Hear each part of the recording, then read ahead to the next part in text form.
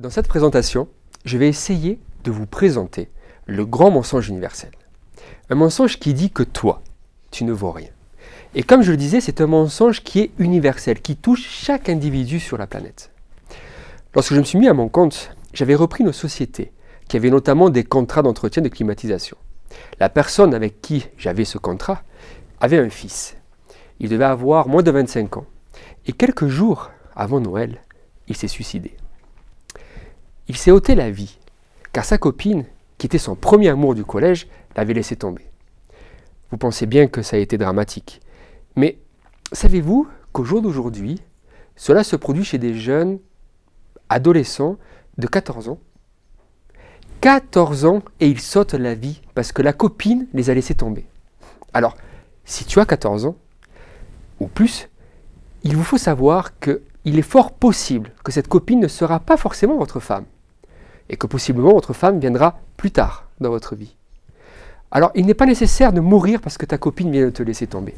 Il y a encore moins aussi jeune, mais plusieurs le prennent au sérieux.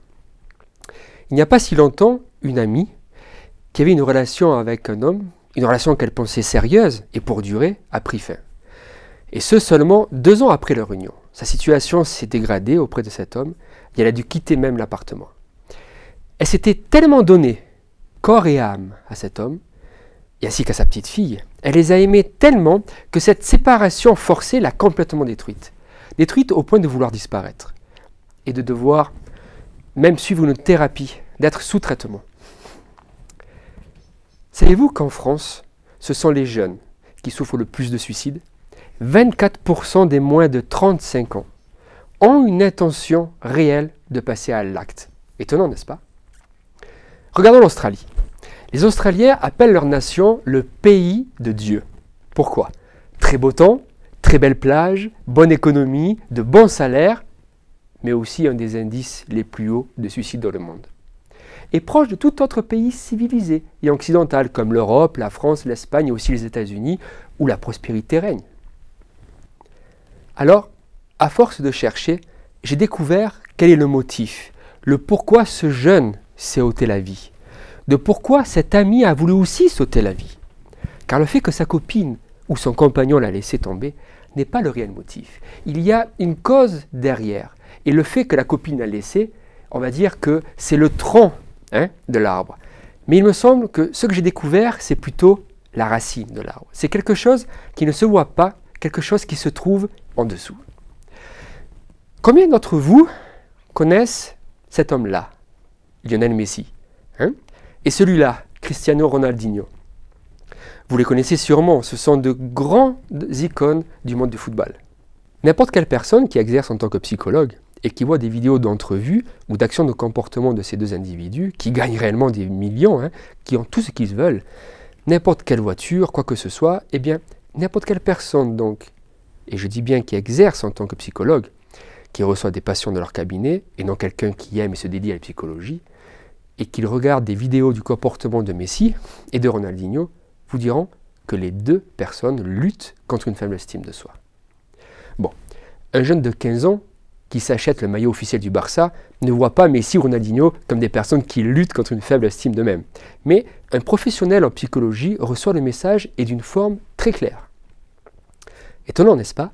Sûrement que personne d'entre vous les a vus sous cet angle-là. Vous pensez sûrement qu'ils ont une haute estime d'eux-mêmes, vu que ce sont des concurrents, des sportifs, et qu'ils gagnent toujours. Et vous savez qu'une personne qui est un perdant, qui se rend facilement, qui ne lutte pas dans les batailles, mais au contraire qui fuit, qui se retire, cette personne montre clairement des symptômes du faible estime de soi. Mais devinez quoi? La définition psychologique de la faible estime de soi comprend aussi ceux qui sont diamétralement opposés à ce que nous venons de décrire. Des personnes qui essayent toujours d'être les meilleurs, toujours de gagner plus, toujours d'être compétitifs, de plus en plus, toujours être au-dessus de l'autre, sont tout simplement des reflets d'une faible estime de soi. Alors nous avons le pauvre, à qui on va lui prendre sa maison, qui n'a pas travaillé depuis 2 ans et qui se trouve dans une estime de soi à ras les pâquerettes. Et nous avons le riche, le puissant, celui qui gagne tout, qui gagne des matchs, des coupes, des millions, avec aussi une estime de soi à 0. Je vais vous lire un verset dans Ésaïe 14, tout spécialement les 12 à 14. Il part de Lucifer. Alors, qui est ce Lucifer? C'est celui qui s'est converti en l'ennemi ou le destructeur. Cet ennemi appelé Satan.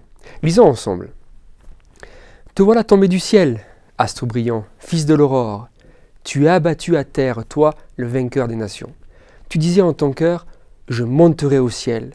J'élèverai mon trône au-dessus des étoiles de Dieu. Je m'assierai sur la montagne de l'assemblée, à l'extrémité du septentrion. Je monterai sur le sommet des nues. Je serai semblable au Très-Haut. Ne souffre-t-il pas d'une faible estime de soi? Combien d'entre vous s'étaient rendu compte que Lucifer, le fils de l'aurore, est un cas chronique d'une faible estime de soi? Combien d'entre vous avez-vous vu Lucifer comme un personnage qui a un problème sur sa valeur, de ce qu'il vaut? Et nous pouvons le voir ainsi à chaque fois que nous l'avons vu comme un être puissant, qui nous attaque, nous détruit, nous fait du mal, et qui est en compétition finalement directe avec Dieu lui-même. En réalité, celui qui veut être par-dessus l'autre, celui qui veut gagner une position, c'est parce qu'il a une insatisfaction de quoi? De sa position actuelle qu'il a. Il est mécontent, insatisfait de la position actuelle. Et c'est pour cela qu'il veut aller plus haut et grimper plus haut dans les échelons. Comment ceci se produit-il? Comment ceci s'est-il produit dans le cas de Lucifer? Le livre d'Ézéchiel, au chapitre 28, nous dit qu'il a été créé parfait. Parfait en beauté, en sagesse. C'était le Messie, le Ronaldinho des êtres célestes. Le plus talentueux, celui qui avait le plus de pierres précieuses. Et cependant, il y a eu une réunion dans le ciel. Et à cette réunion, le Fils était invité. Et devinez qui n'était pas? Lucifer n'était pas invité. Comme exemple, si vous êtes parent et que vous avez des enfants, bien sûr, il est bien possible que des fois, en tant que couple et parents, vous avez eu besoin de discuter entre vous de certaines choses. Des moments dans lesquels les enfants ne sont pas invités à participer. Alors, non seulement ils ne sont pas invités à ces réunions, mais sinon aux décisions à prendre durant ces moments-là. Cela signifie-t-il que vous n'aimez pas vos enfants? Le fait de ne pas les inviter à ces discussions signifie que vous ne les aimez moins? Non. Mais devinez quoi? Lucifer a commencé à réfléchir de cette manière dans son esprit. S'il m'aimait, ou s'il pensait réellement que j'ai cette valeur à ses yeux, qu'il me dit que j'ai pour lui, il me laisserait participer au Conseil céleste. Il me laisserait participer à ses prises de décision, si je suis aussi bon de ce qu'il me dit. Et par le fait qu'il ne me laisse pas entrer, il commence à raisonner qu'il n'est pas suffisamment bon. Je ne suis pas suffisamment bon d'un point de vue de ma valeur. Je ne vaux pas assez pour lui.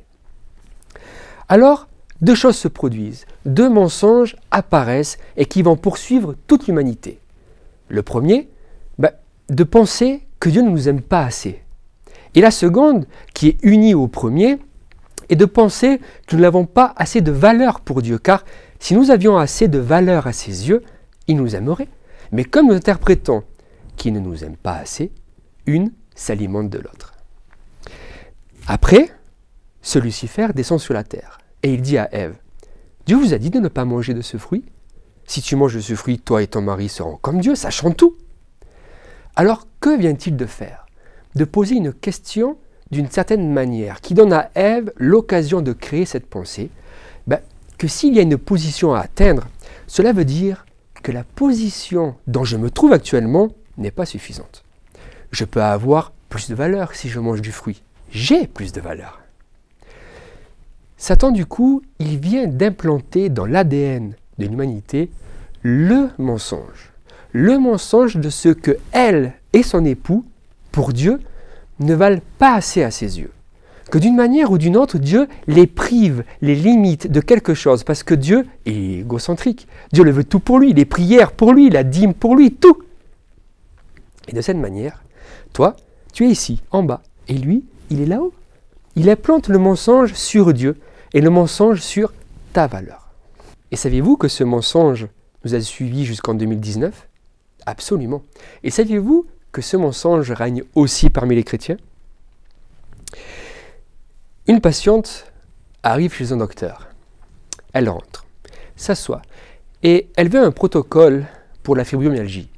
Alors le docteur lui dit, bon ok, pas de souci, et lui demande alors quand a été sa première crise de fibromyalgie. Et donc, la première fois fut en 1998.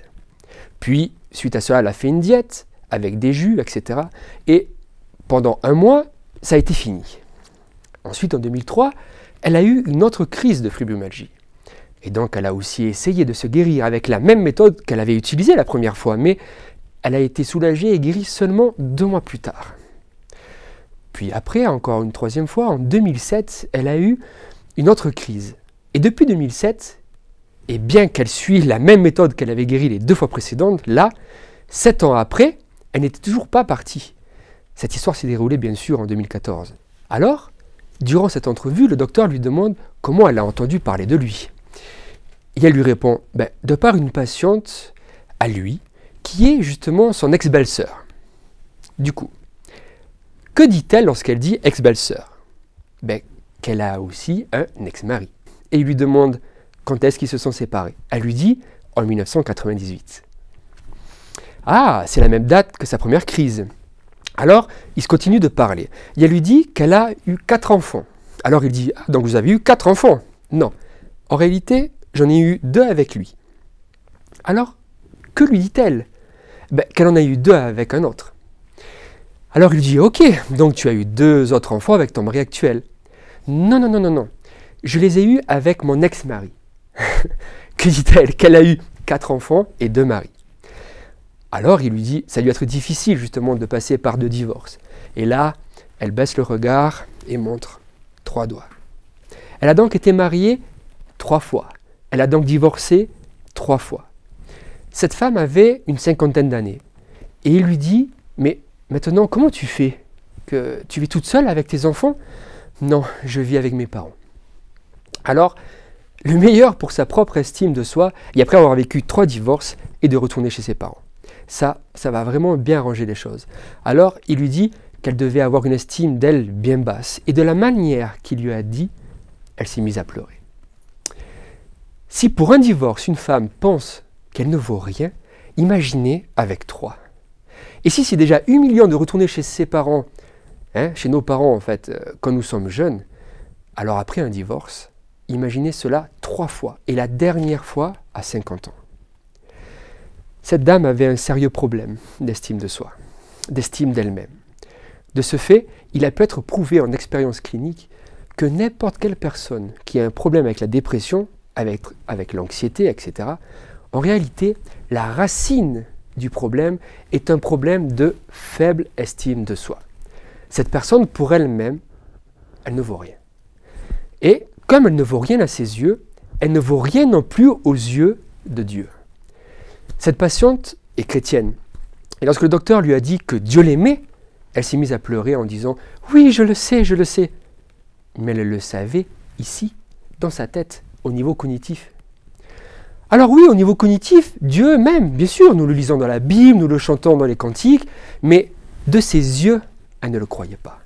De ses yeux, elle ne croyait pas que Dieu l'aime. Pourquoi? Parce que le mensonge universel a aussi été planté en elle, comme il a été planté en chacun d'entre nous. Dans mon cas, je suis quelqu'un qui a une toute petite mémoire. Alors, vous me direz que ce n'est pas grand-chose. Mais savez-vous ce que peut faire une toute petite mémoire à l'estime de soi d'un enfant?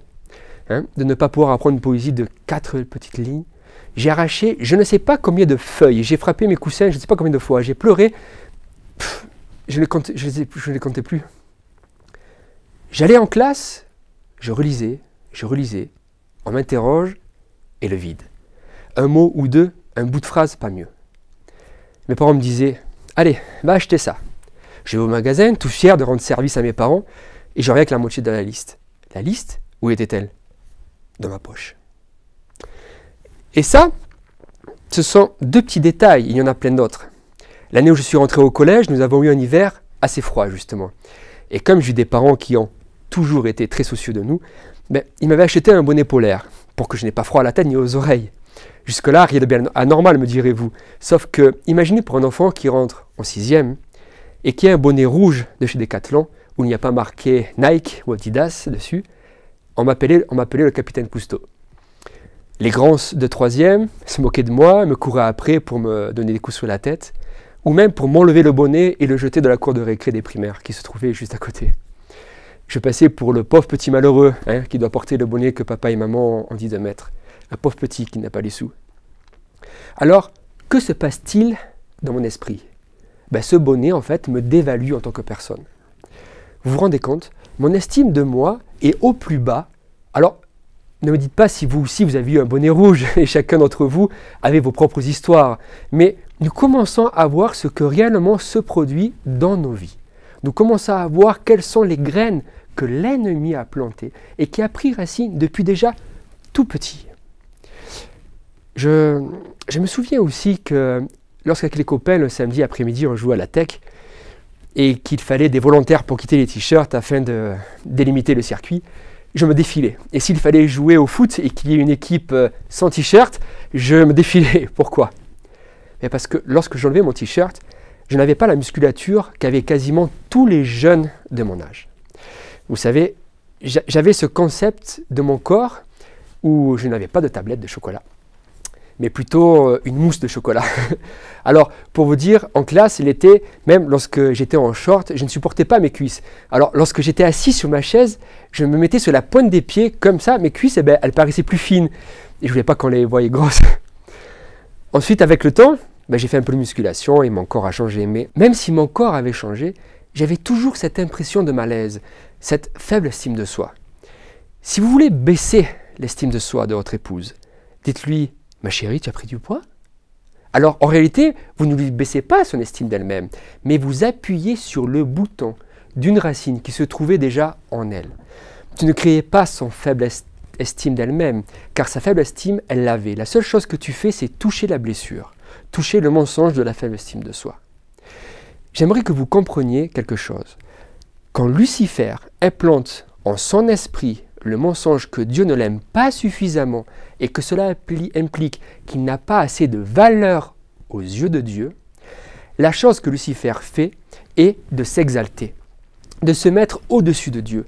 Et nous appelons cela, dans la parole de Dieu, d'une personne qui essaie d'être au-dessus de Dieu, la Bible dit que c'est le péché. Alors, lorsque quelqu'un veut être au-dessus de Dieu, c'est un des aspects du péché. Du coup, lorsque l'image de Dieu a été altérée, le concept de soi a été altéré. Et la conséquence naturelle de cela est le péché. Quand Satan maintenant plante cette graine, cette même graine en Ève, la perception de Dieu en Ève a changé. Sa perception d'elle-même et de son estime a changé. Et la conséquence naturelle de cela est le péché. Alors elle va et elle mange du fruit. Vous vous rendez compte quel est le propulseur, le trampoline dans lequel l'être humain se propulse pour pécher? C'est le concept erroné de ce que Dieu ne nous aime pas et le concept erroné de notre valeur. Si quelqu'un veut savoir pourquoi on pêche, nous péchons pour la chose suivante, par le concept erroné de ce que Dieu ne nous aime pas et par le concept erroné de notre propre valeur. Lorsque nous avons ce concept erroné, comme l'avait Lucifer et qui l'a fait pécher, comme l'avait Ève et qui l'a fait pécher, lorsque nous avons ce concept erroné de ce que Dieu ne nous aime pas assez et de celui de notre valeur, le pas suivant naturel est le péché. Et lorsque je dis le péché, je ne parle pas réellement de tuer quelqu'un, non, mais du péché en général, d'une méfiance de Dieu, d'un manque de confiance en lui. Voici donc comment fonctionne l'être humain. Et que ce soit ici en France, ou en Espagne, ou au Venezuela, etc. J'ai une faible estime de moi, il y a un concept erroné de Dieu. Alors, ce que je dois faire, c'est me propulser dans une autre situation que celle dont je me trouve actuellement. Et comment je fais cela? Eh bien, il faut que j'ai de bonnes notes. Parce que si j'ai de bonnes notes au collège, ma valeur augmente. Ben oui. Qu'est-ce qui vaut le plus? Celui qui a un 7 sur 20 ou celui qui a un 20 sur 20? Celui qui a un 20 sur 20, c'est le meilleur. Combien d'entre vous avez-vous vu un père qui se vante de son fils en disant « Mon fils est en CLIS, en CLIS, en classe d'intégration scolaire ». Bien sûr que non. Parce que si ton fils est avocat, il est évident qu'il vaut mieux. Ou plus même que celui qui est en CLIS ou juste en tout petit BEP. Bien souvent, lors des discussions de parents, on peut entendre « que va faire le tien lorsqu'il aura son bac? Oh, il va faire médecine. Et le tien, que va-t-il faire? Bon, je ne sais pas, peut-être une petite spécialisation, quelque chose. Actuellement, aucun des deux ont le bac. Aucun des deux ont commencé les études universitaires. Mais déjà, avant de commencer, celui qui va faire médecine a plus de valeur. Vous vous rendez compte? Il y a des gens qui ont plus de valeur lorsqu'ils étudient que lorsqu'ils sortiront des études et qu'ils commenceront à travailler.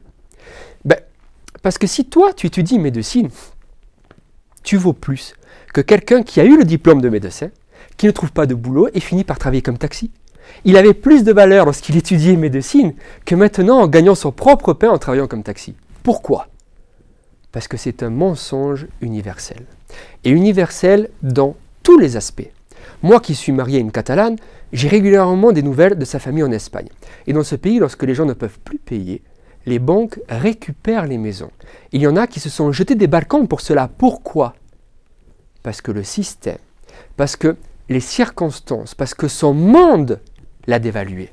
Elle ne peut pas travailler, elle ne peut pas subvenir aux besoins de sa famille, elle vit grâce à la retraite de ses parents, elle ne peut pas alimenter ses enfants et maintenant, la banque lui enlève sa maison. Et sa valeur est nulle, elle ne vaut plus rien. Notre valeur dépend de ce que nous faisons et notre valeur dépend de ce que nous possédons. Notre valeur dépend de nos diplômes. Notre valeur dépend des personnes que nous fréquentons.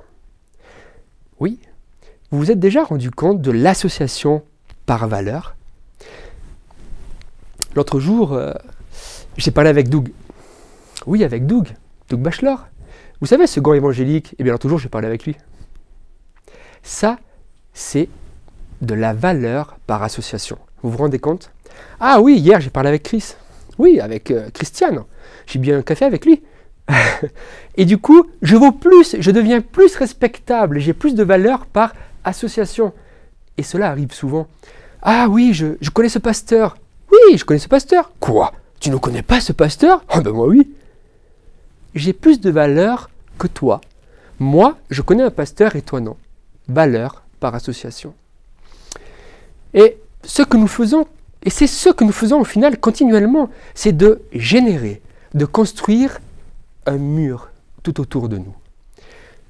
Je connais lui ou celui-là, j'ai ce diplôme ou un autre, j'ai ce travail ou un autre, cette maison ou une autre, etc., etc., etc. Et je commence à construire un mur autour de moi.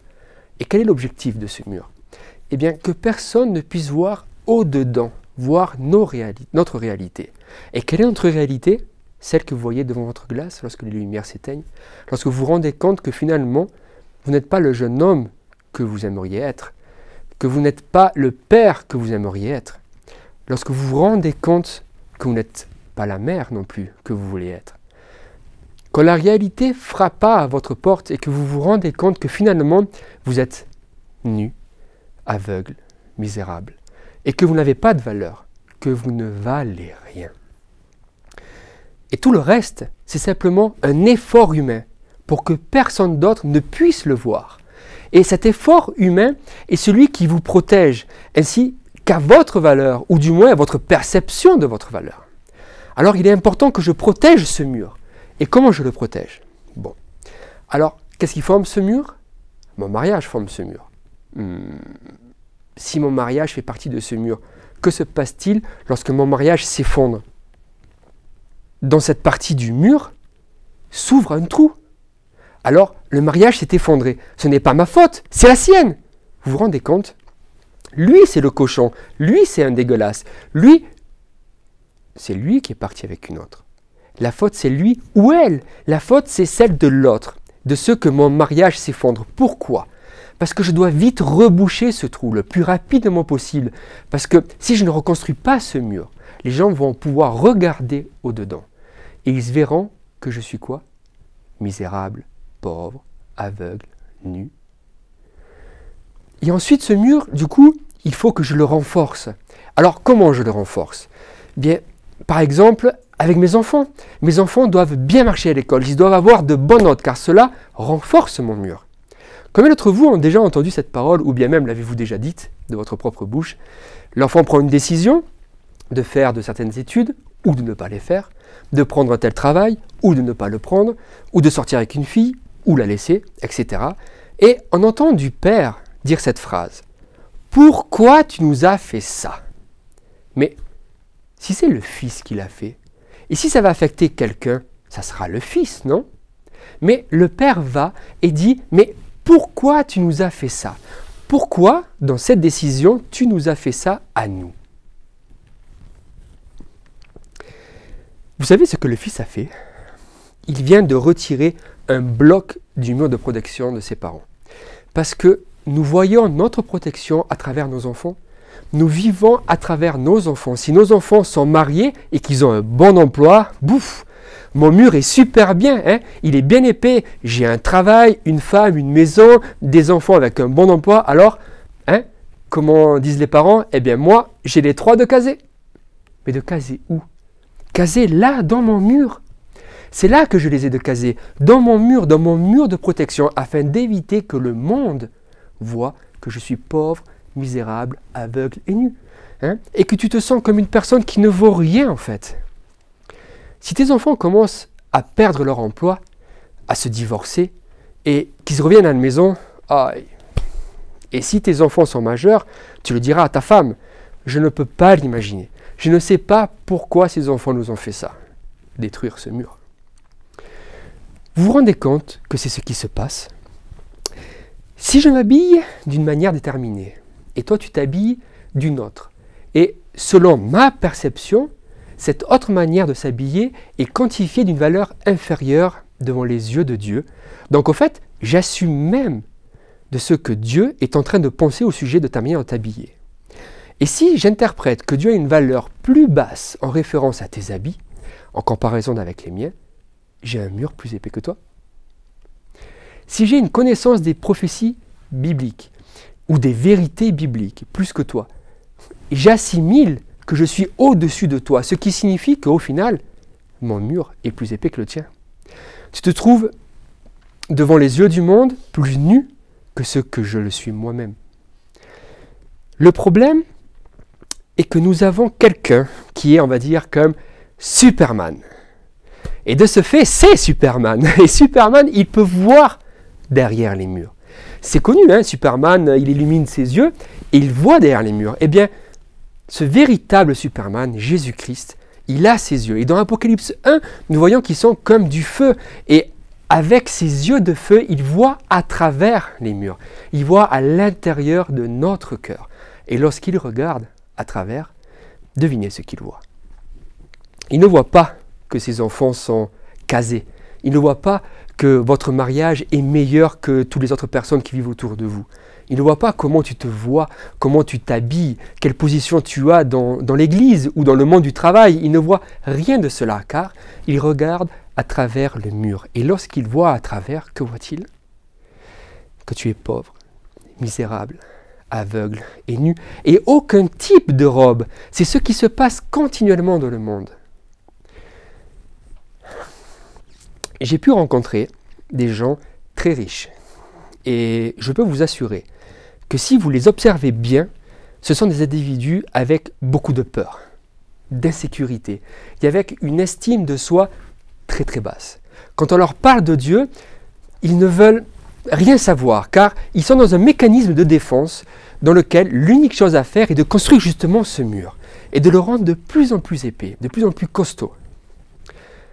Combien d'entre vous, et en réalité combien d'entre nous, passons notre vie, et beaucoup d'entre nous, notre vie chrétienne, à construire des murs? Des murs autour de nous-mêmes. Pour quoi? Pour occulter au monde notre véritable nécessité et notre véritable réalité, qui est que nous croyons que nous ne valons rien. Alors, je te parle à toi, hein, lorsque tu rentres à la maison, et après la journée de travail, et tu penses que tu ne vaux rien. Je parle à toi lorsque, au travail, tout le monde te dit « Waouh, quel bon manager tu es, quel bon employé !» et qu'ensuite tu rentres chez toi et ton épouse se charge de te rappeler qu'au final, non, tu ne vaux rien. Je te parle à toi, où en tant qu'épouse, tu travailles à l'hôpital, hein, où tu as de l'humanité, et les chefs de l'hôpital te disent que tu fais du bon boulot, et ensuite tu rentres chez toi et ton époux te rappelle que non, tu ne vaux rien. Je te parle à toi, adolescent, hein, lorsqu'on te rappelle matin, midi et soir que tu ne vaux rien, tout juste bon à cuisiner des pâtes. Que croyez-vous que cela fait lorsque nous disons à notre bébé « Tu es un mauvais petit garçon, oui, une petite sale bête, hein? Ces choses ne se font pas, petit vilain, tu es vraiment vilain. » Là, nous commençons depuis tout petit dans cette ambiance. Le cas est le suivant. Tout ce mur a un nom. Si nous le construisons avec l'intention de cacher, de couvrir notre estime de soi, ce nom c'est le péché. Et pourtant, je n'ai pas encore tué quelqu'un. Mais le nom de ce mur, c'est le péché. Péché? Mais si tu dis que ce mur, c'est mon mariage, ça fait 20 ans que je suis marié, et je ne suis pas divorcé, tout le monde divorce autour de nous, et non nous. Alors, comment mon mariage est un péché? Tu parles de mes enfants, pourtant, eh bien, ils sont tous dans de bonnes situations, bien casés, ils vont bien, tout se passe bien. Alors, comment mes enfants peuvent-ils être péchés alors qu'ils ont étudié dur pour cela? Pourquoi? Si la fonction de leurs études, si la fonction de ton mariage, si la fonction de ton travail, de ta jolie voiture, de ta jolie maison, si le but de tes diplômes et de toutes les choses qui t'entourent sont là pour protéger cette réalité de la valeur que tu as de toi-même, dans ce cas-là, c'est une fonction, c'est un but erroné de toutes ces choses. Toutes ces choses en elles-mêmes ne sont pas mauvaises et je préfère que mes enfants travaillent comme docteurs que d'agent de propreté, bien sûr. Mais comme père, mon fils a la même valeur s'il est avocat que s'il est éboueur. Mais si ton enfant ne vaut pas pareil, peut-être que ce n'est pas ton fils, ou bien que tu ne sais pas être père. De ces 10 doigts, lequel d'entre eux couperiez-vous sans aucune douleur? Choisissez. On va dire que vous devez absolument en choisir un. Il faut en couper un. À coup sûr, vous choisirez le petit. Ok. Maintenant, ces 10 doigts vont représenter chacun un de vos enfants. Vous n'avez pas la télé et du coup, vous avez 10 enfants. Lequel d'entre eux voudriez-vous choisir pour qu'il meure? Lequel? Alors, c'est obligé, il y en a qui doit mourir. Il y a un prof, un avocat, un médecin. Il y en a bien un qui est sorti le mouton noir. Alors, combien d'entre vous choisirez le mouton noir? Aucun. Normalement, comme père, on commencerait à calculer et on dirait, bon, moi j'ai vécu, on va dire, tant d'années de plus qu'eux. Si un doit mourir, que fait un père? J'ai vécu 30 ans de plus, je vais donner ces 30 années-là de plus à mes fils. Et que ce qui doit arriver arrive à moi. Pourquoi? Parce que devant les yeux d'un père humain, les 10 enfants, le rebelle et le super professionnel richissime, entre les 10, lequel aime-t-il le plus? Comme père, il les aime pareil. Ceci ne veut pas dire qu'il a la même relation avec tous, car chacun, ce sont des individus uniques et en caractère, mais un père les aime tous pareil. Alors, si nous autres, comme père, on aime nos enfants de la même manière, sans inégalité, où nous donnons la même valeur à ses 10 fils, alors comment Dieu, notre Père céleste, va nous aimer de différentes manières?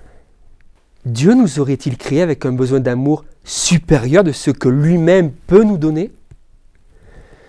Dieu, lorsqu'il regarde à travers de ce mur, il nous voit nus, pauvres, mais ensuite il nous dit la chose suivante.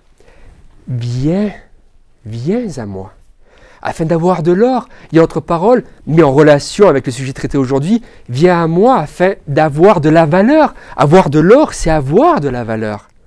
Viens à moi afin d'avoir la valeur que tu as besoin, toutes celles dont je peux te donner.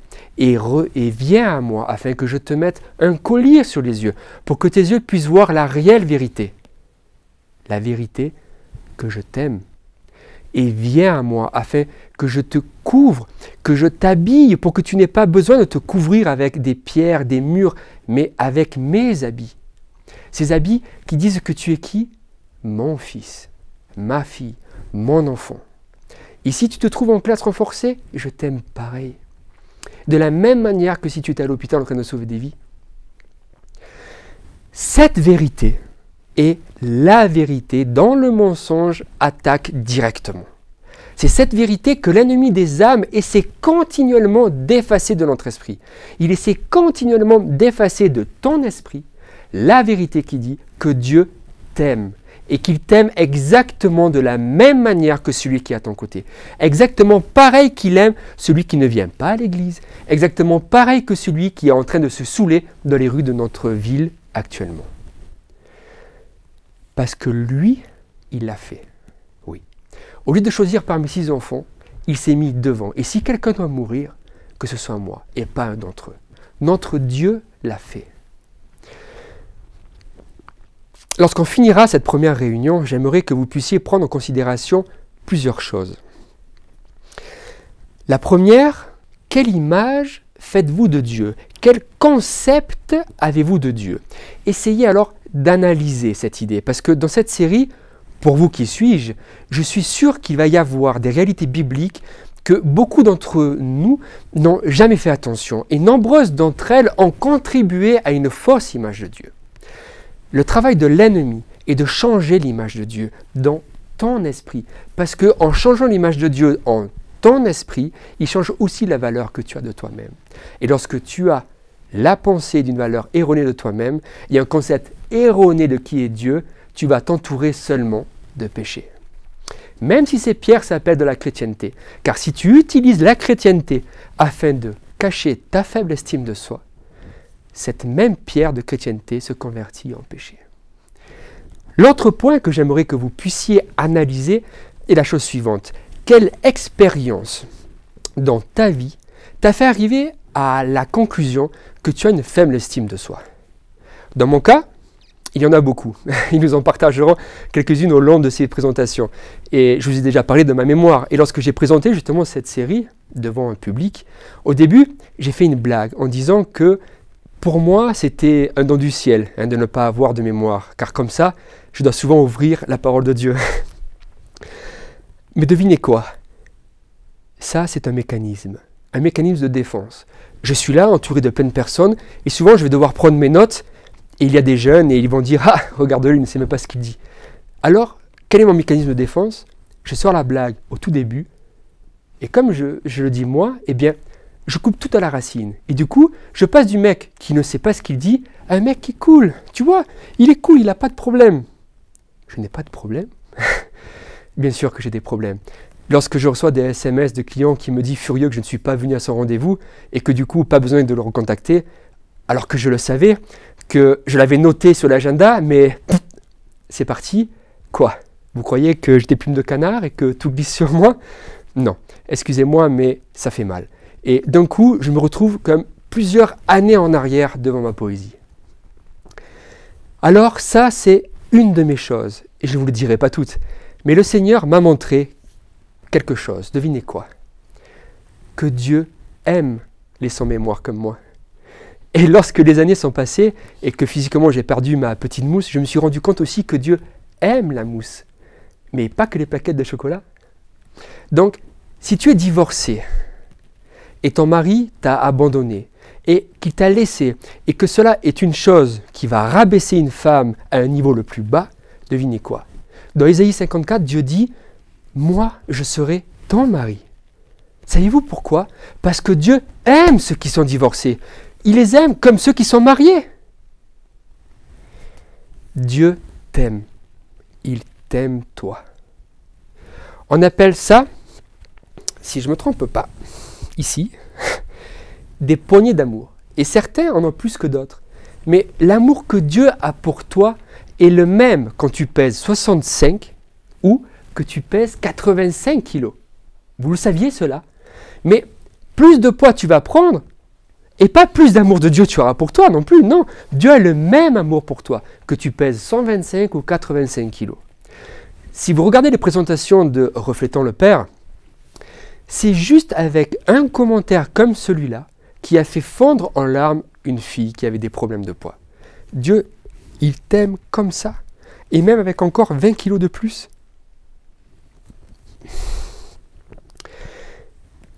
C'est l'homme qui haït l'homme, et non Dieu. C'est l'ennemi qui haït l'homme, et non Dieu. C'est l'ennemi qui détruit l'homme, et non Dieu. Dieu, lui, il t'aime. Et ta valeur ne dépend pas de ce que tu as accompli ou réussi dans cette vie, ou dans ce que tu as perdu en chemin. Ça ne dépend pas de si tes enfants sont dans l'église ou pas. Ça ne dépend pas de ça, non. non plus de ton mariage, si il a tenu 20 ans ou à peine 2 ans. Ta valeur ne dépend en rien de cela. Ta valeur dépend de lui. Et pour conclure, j'aimerais vous lire une citation. Parce que j'ai pu entendre justement à plusieurs reprises que Dieu est parfois désappointé de nous. Que nous l'avions désappointé. Alors non, mes amis, Dieu nous aime et notre valeur ne change pas à ses yeux. Alors, ça ne veut pas dire qu'il va faire péter une bouteille de champagne chaque fois que nous allons tuer quelqu'un. Non, comprenez-moi. Mais je veux dire que ce n'est pas dans sa nature d'être désappointé de nous. Il y a une différence en plus entre être attristé et désappointé.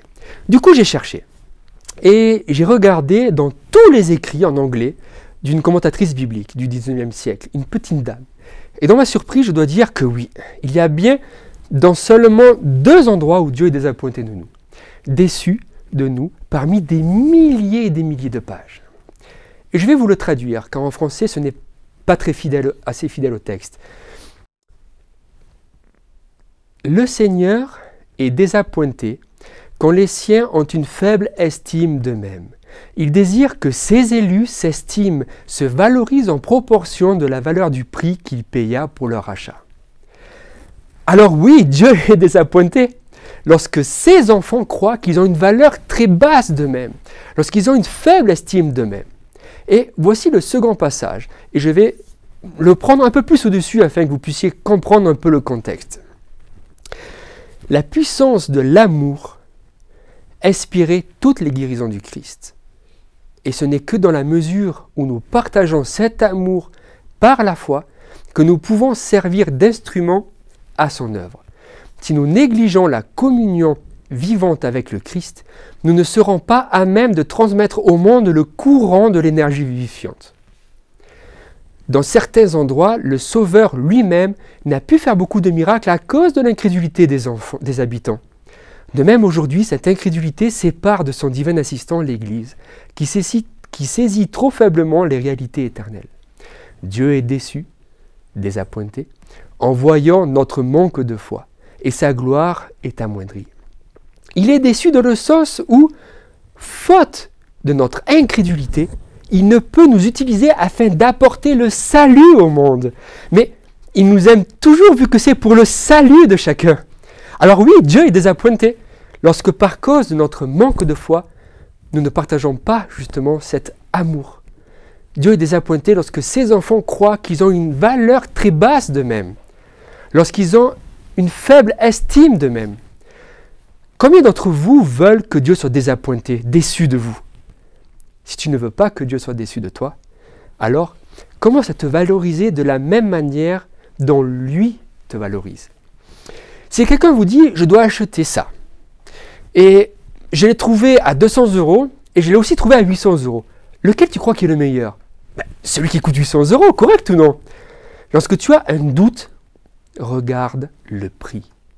Quand tu as un doute, regarde le prix. Quel est le prix pour toi?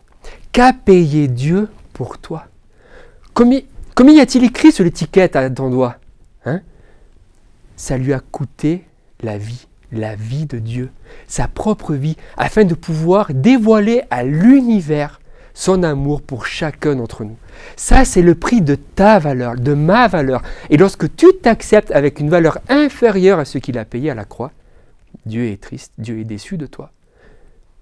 Ces 2 citations sont pour moi des plus merveilleuses du caractère de Dieu, qui nous exhortent, qui nous revigorent dans ce concept. Alors, pensez à cela, chantez des alléluia à Dieu qui t'a racheté justement, qui a mis le prix, et ce prix est infini. Tu as un prix infini. Vous savez ce qui a fait chuter Satan? Dans Ézéchiel 28, il est dit « par l'abondance de ton commerce ». En anglais, c'est le mot trading. Ça veut dire commerce, mais avec le sens de marchander. Donc, par l'abondance de tes marchandages. Ne laisse pas Satan marchander ton prix. Dieu a mis le prix. Ne laissez pas Satan le marchander, le diminuer. Je vous invite donc, à travers ces présentations, à connaître le caractère de Dieu et de venir découvrir si le Dieu en lequel vous croyez est bien le vrai Dieu ou bien s'il est un faux Dieu. Parce que le vrai, lui, il t'aime. Et il t'aime tout ça.